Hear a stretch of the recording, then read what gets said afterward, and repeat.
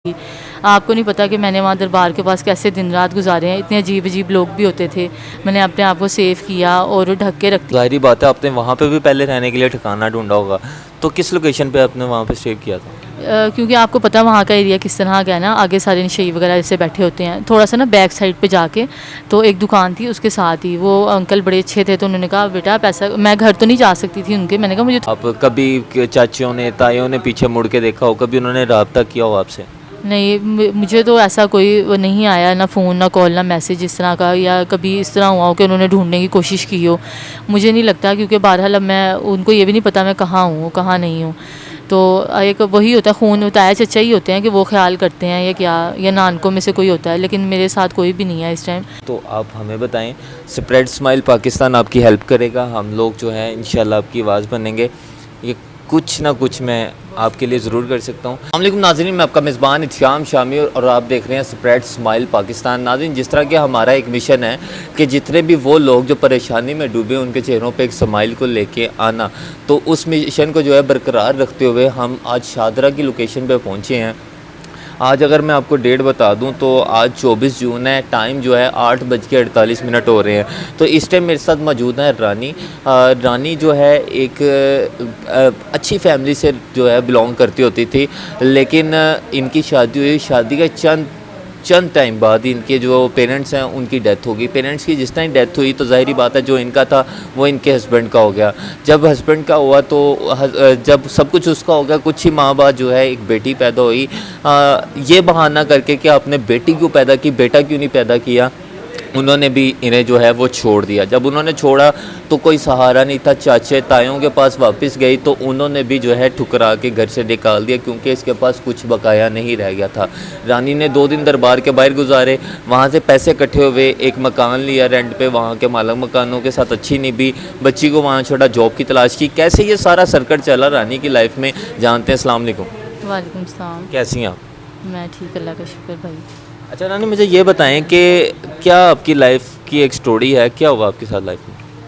ये मेरी लाइफ जो है बड़ी ही उम्दा थी और आला, जैसे कि मैं अपने घर की बड़ी बेटी थी, इकलौती थी और बड़ी लाडली। तो बड़ा अच्छा माहौल चल रहा था, हंसी खुशी सब कुछ हो रहा था। मेरी शादी बड़े धूमधाम से की गई, जैसे एक अच्छे ख़ानदान में की जाती है। ठीक है। तो उसके कुछ टाइम बाद ही जो है मेरे वालिदैन की जो है वो डेथ हो गई। अच्छा। तो फिर समझ नहीं आया कि जो एकदम अच्छा रवैया सबका था मेरे साथ, तो एकदम ख़राब कैसे हो गया, मैं ये समझ ही ना पाई। अच्छा, जब वालिदैन की डेथ हुई तो आपको क्या एक उम्मीद थी कि आपके सहारे के लिए बहुत से लोग हैं, या कि आपको इस चीज़ की उम्मीद थी कि आपके साथ ऐसा हो जाएगा? नहीं, मुझे था कि अब देखें ना, सबसे बेहतर पहले शौहर होता है, कि जो माँ बाप के बाद शौहर ही आपका सहारा बनता है। तो अब जब वही इस तरह से करें तो बताना तो नहीं चाहिए, लेकिन अब मैं बताऊंगी। ज़ाहिर बता मेरे साथ इस तरह से हुआ है।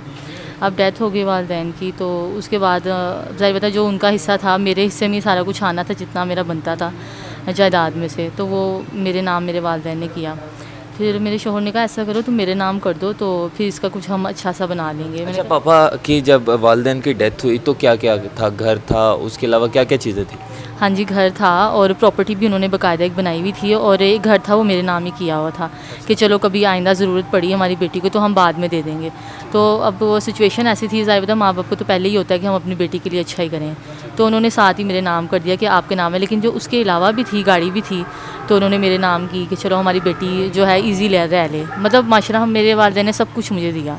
जो शौहर थे वो फैक्ट्री में काम करते, मैनेजर थे, मतलब अच्छे खासे घर में शादी की। फिर अब सबका रवैया ऐसा हो गया, मैंने कहा चलो कोई बात नहीं, हालात की वजह से हो जाता है। मुझे कुछ समझ नहीं आती थी, ज़ाहिर बात है माँ बाप ना हो, आपको पता है एक वो हो जाती है, कमतरी सी हो जाती है। फिर मैंने कहा मेरा शौहर ही सब कुछ है। फिर कुछ माँ बाप जैसे अब होता है, और एक ही औरत में मतलब ज़िंदगी में एक आता है, मेरी बेटी हुई। उसके बाद ऐसा हो गया कि सब इस तरह समझ रहे थे पता नहीं मैंने कोई जुर्म कर दिया है। तो मेरे शौहर ने इस वजह से मुझे कहा कि मैं अब तुम्हारे साथ नहीं रह सकता, कि तुमने बेटी पैदा की है, पहले बेटा होना चाहिए था। अच्छा, जब आपने ये सुना कि आपके हस्बैंड ने सारी जायदाद अपने नाम लगवाने के बाद आपको ये कह दिया कि मैं तुम्हारे साथ नहीं रह सकता, तब आपका क्या क्या फीलिंग थी आपकी? मैं तो पैरों के नीचे से पहले ज़मीन निकल गई कि मैं कहाँ जाऊँ, मेरे माँ बाप भी नहीं हैं, और इस तरह से मुझे कौन एक्सेप्ट करेगा। और मेरे जो ताया चचा थे वो भी मेरे घर आना जाना छोड़ दिया था उन्होंने। अब हो सकता है मेरे पास कुछ होता तो वो मुझे पूछते भी, बहरहाल उन्होंने भी मेरे से कतई ताल्लुक़ कर दिया। मैंने कहा मैं कहाँ जाऊँगी, और थोड़ा टाइम मैंने बड़ी मुश्किल से गुजारा। तब जब मैं उधर से उन्होंने मुझे निकाल दिया। जब निकाला, मेरी बेटी कुछ 1 साल की होने वाली थी, देखें कितनी छोटी थी वो। तो मैंने कहा मैं कहाँ जाऊँगी, तो ऐसा चाचा कि नहीं तुम यहाँ नहीं रह सकती, ऐसे हो गया। हालांकि मेरे माँ बाप ने उनका पूरा साथ दिया हर एक मामला में, लेकिन उन्होंने मुझे नहीं वहाँ पर रुकने दिया। अच्छा, ताया चाचा तो माँ बाप के बराबर होते हैं, उन लोगों ने भी आपको नहीं रखा, एक्सेप्ट नहीं किया, उन्होंने भी आपको निकाल दिया। तो तब आपने उन्हें नहीं कहा कि मैं भी आपकी बेटियों जैसी हूँ या आपकी बेटियों के साथ मैं खेलती रही हूँ? मैंने उनको बाकायदा कहा, मैं तो उनके पैर पड़ गई। मैंने कहा मेरी छोटी सी बेटी है, उनको मैं लेके कहाँ जाऊँगी, आप देखें बाहर के हालात कैसे ख़राब हैं, तो मुझे थोड़ा टाइम दे दें, मैं जॉब वगैरह कर लूँगी। हालांकि देखें जब हम अच्छे हालात थे, हमारे माँ बाप थे मेरे और वेल सेट थे हम, तो सब माशाल्लाह बड़े हमारा वो करते थे, आते जाते थे और बड़ा वो करते थे, हमारी बेटी हमारी शहज़ादी। अब वो पता नहीं कहाँ उनके ज़ुबानों पर ये अल्फाज थे ही नहीं, तो मैं बड़ा दुख मुझे हुआ। तो मैं बड़ी नाउमीद होकर वहाँ से निकल गई। मैंने कहा चलो अल्लाह के हवाले जो भी हो। अच्छा नाज़रीन, सॉरी मैं आपको रोक रहा हूँ, मैं आपको यहाँ पे बताता जाऊँ कि रानी से जब मैंने रब्ता किया तो रानी ने मुझे ये बताया कि आया सबके जो है कुछ ना कुछ एक राज भी होते हैं, घर का माहौल भी होता है। इसने मुझे कहा मैं मजबूर हूँ कि मेरे मालिक मकान तो अच्छे हैं, लेकिन मैं घर में आपको नहीं बुला सकती, मैं बोलना चाहती हूँ, मैं अपनी आवाज़ नहीं बुलंद कर सकती। तो मैंने फिर इतने हौसला दिया कि कोई नहीं, हम आपके एरिया में आएंगे, किसी पब्लिक प्लेस पे ऐसी जगह पे बैठ जाएंगे जहाँ पे आप सिक्योर फील करती हो, हम आपकी आवाज़ जो है आवाम तक ज़रूर पहुँचाएँगे, हम आपका सहारा ज़रूर बनेंगे इंशाल्लाह, और पूरी कोशिश करेंगे, स्प्रेड स्माइल पाकिस्तान पूरी कोशिश करेगा कि इनकी जो है वो हम आवाज़ बने। अच्छा नानी, जब ये सब कुछ हो गया, ज़ाहिरी बात है आपकी एक छोटी सी बेटी थी, तो उसका वो दूध, उसका वो सारे खराजात, उसके कपड़े कैसे मैनेज होता था सारा? ये मैं ही जानती हूँ या मेरा अल्लाह जानता है कि किस तरह से मैंने मैनेज किया। कुछ पैसे तो थोड़े बहुत थे। अब देखें ना, मैं दरबार के पास जाके रुकी, मैंने कहा चलो मैं कैसे करूँ, मुझे उस टाइम कुछ समझ नहीं आ रहा था। मैं दरबार के पास जाके कुछ टाइम के लिए वहाँ रुकी, कुछ दिनों के लिए। तो वहाँ पर लोग थे, किसी ने हेल्प की, इस तरह से कोई पैसे भी दे जाता था। मुझे अच्छा तो नहीं लगता था, मैं अपने उस दौर को याद करती थी जब मैं माशाल्लाह काफ़ी वेल सेट थी। मैंने कहा कोई बात नहीं, अब ये दौर आया, मैं ये भी गुजार लूँगी अपनी बेटी के साथ। वो काफ़ी रोती भी थी। वो दौर के आपने आलीशान तरीके से एक लाडली माँ बाप की, मैं समझ सकता हूँ कि एक लाडली बेटी हो तो उसके साथ माँ बाप का क्या सलूक होता है, एक लाडली और फिर एक वो बेटी बन जाना कि दर ब दर की ठोकरें खाना, इन दोनों लाइफ में आपने कैसा चेंज देखा? बहुत ज़मीन आसमान का फ़र्क है। आप ये देखें, जब मैं बाहर निकली हूँ, जब ताया चाचू ने भी कबूल नहीं किया, उन्होंने नहीं सहारा दिया, तो आप ये देखें मेरे तो कदम नहीं बढ़ाए जाते थे कि मैं कैसे चलूँगी, मुझे तो बाहर की दुनिया का पता ही नहीं है। और बिल्कुल मैं ऐसी हो गई, ऐसे लगी थी, मैं लाचार महसूस कर रही थी अपने आप को। लेकिन मैंने कहा मेरी बेटी साथ है। जब मैं बाहर निकली, मैंने कहा चलो मैं तो मजबूर हूँ, लेकिन मेरी बेटी के साथ मैं तो हूँ ना, लेकिन मैंने उसका अब कुछ करना है। ज़ाहिर बात है वो उसके लिए मुझे हिम्मत करनी पड़ेगी। आपको नहीं पता कि मैंने वहाँ दरबार के पास कैसे दिन रात गुजारे हैं। इतने अजीब अजीब लोग भी होते थे। मैंने अपने आप को सेव किया और ढक के रखती थी अपनी। अच्छा, जब आप दरबार के बाहर पहुंच गई तो ज़ाहिरी बात है आपने वहाँ पे भी पहले रहने के लिए ठिकाना ढूंढा होगा, तो किस लोकेशन पे आपने वहाँ पे स्टे किया था? क्योंकि आपको पता है वहाँ का एरिया किस तरह का है ना, आगे सारे नशई वगैरह ऐसे बैठे होते हैं। थोड़ा सा ना बैक साइड पे जाके तो एक दुकान थी, उसके साथ ही वो अंकल बड़े अच्छे थे, तो उन्होंने कहा बेटा पैसा, मैं घर तो नहीं जा सकती थी उनके, मैंने कहा मुझे थोड़ी देर के लिए ही चाहिए। वो अंकल भी जो है वहाँ पे 24 घंटे तो अवेलेबल नहीं ना होंगे, तो जब वो चले जाते हैं, लोगों ने आपको जो है वो थ्रेट करने की कोशिश नहीं की, या फिर लोग वहाँ पे 2 नंबर भी आते हैं, हर तरह के लोग वहाँ पे आते हैं, उन्होंने कुछ ऐसा वैसा करने की कोशिश नहीं की? मैं वहाँ पर सोई नहीं, मैं एक जगह किसी भी जगह नहीं टिकी। मैं रात को सो नहीं सकती थी, क्योंकि ज़ाहिर बता मैंने सोना है, तो वहाँ पर कोई ना कोई, ज़ाहिर बता आपको पता कैसे लोग आते हैं, तो मैं अपनी जगह चेंज करती रहती थी। आप सोचें अगर मैं 3 से 4 महीने वहाँ रही हूँ ना, जॉब ढूंढने की, या जो भी अपना माइंड सेट मैंने बनाया था, तो मैं सोना कम ही हुआ है कि मैं रहती थी पता नहीं यहाँ से ना कोई आ जाए, इधर से कोई मेरे साथ कुछ ना कर दे। मेरी बच्ची साथ थी, तो थोड़ा सा ऐसा भी मौका आया कि मैंने कहा चलो किसी से दुकानदार से कहा मैंने बच्ची के लिए दूध दे दें, इस तरह मैंने पिलाना है उसको। काफ़ी लोगों ने ख्याल भी किया, काफ़ी लोगों ने धुतकारा भी, तो मैंने कहा ये आलम आ गया है, तो अब कुछ ऐसे तैसे करके अल्लाह ने सबब जब बनाना होता है, थोड़े पैसे हुए, फिर मैंने सोचा कि मैं किराए का घर ले लेती हूँ, ठीक है, उनसे मालिक मकान से बातचीत कर लूँगी कि मैं जॉब ढूंढ लेती हूँ, तो क्या कहते हैं फिर मैं थोड़ा सर्किट अपना चला सकूँ। तो मालिक मकान मिल गए, अच्छे मिल गए, मतलब आपको पता है मालिक मकान बस अच्छे होते हैं वो वक्ती तौर के लिए। तो इस तरह से फिर मैं उनके पास थी और बच्ची को जो है फिर मैं उनके पास छोड़ जाती थी जब मैं जॉब पे जाती थी। लेकिन जब मैं आती थी बड़ी परेशान होती थी, सारी बात है वो उस तरह से तो नहीं ख्याल रखेंगे जिस तरह से वो रख सकते हैं। लेकिन इस टाइम अगर मैं जॉब कर रही हूँ तो मैं 14 से 15 हज़ार रुपये कमाती हूँ तकरीबन, कम से कम भी। तो अब इसमें मेरा ना गुजारा नहीं हो पा रहा। आप देखें मैंने किराया भी लगाना है, खुद रेंट भी देना है और बिजली घर का बिल वगैरह भी देना है। अच्छा 15,000 रुपया आप कमाती हैं, 14,000 समथिंग आपने मुझे बताया था, लेकिन 15,000 कर लेते। 15,000 अगर आप कमाती हैं उसमें किराया कितना आपके?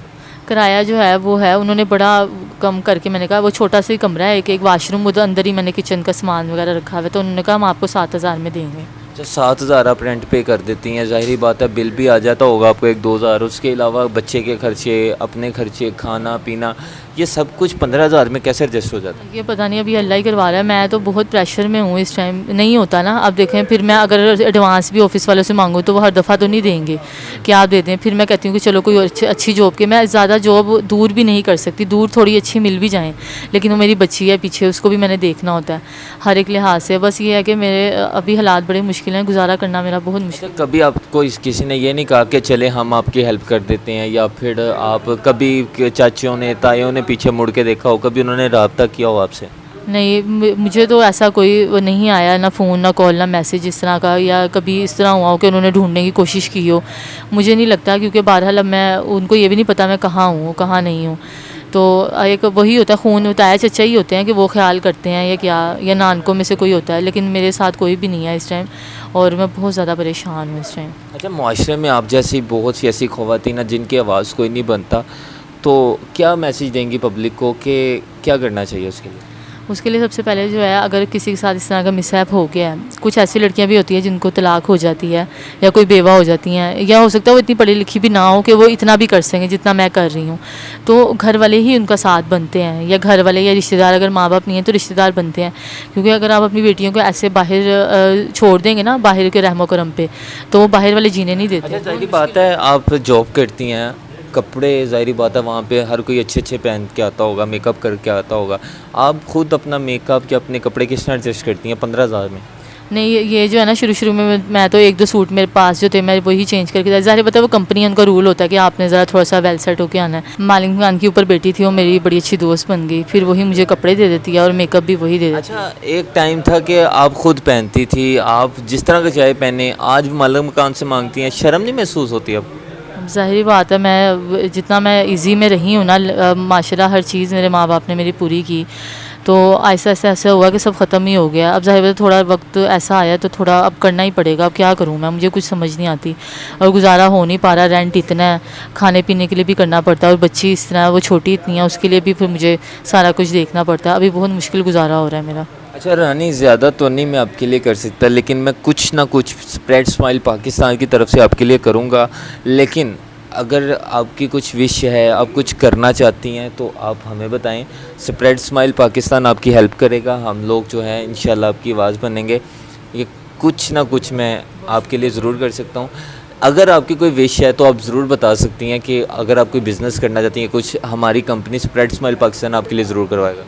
ये है कि अगर चले, मैं वेल एजुकेटेड हूँ, मैं पढ़ भी सकती हूँ, या कि मुझे ऐसी अच्छी जॉब मिल जाए कि मेरा या इनकम थोड़ी अच्छी हो जाए, या अगर वो फिलवक्त नहीं हो सकती, या कोई मेरे से इस तरह से हेल्प हो जाए कि मेरा मंथली कुछ लग जाए थोड़ा बहुत, फ़िलहाल कुछ टाइम के लिए, जब तक मेरी अच्छी जॉब नहीं हो जाती, ताकि मैं थोड़ा सा अपना ख़र्चा अपनी बच्ची का निकाल लूँ।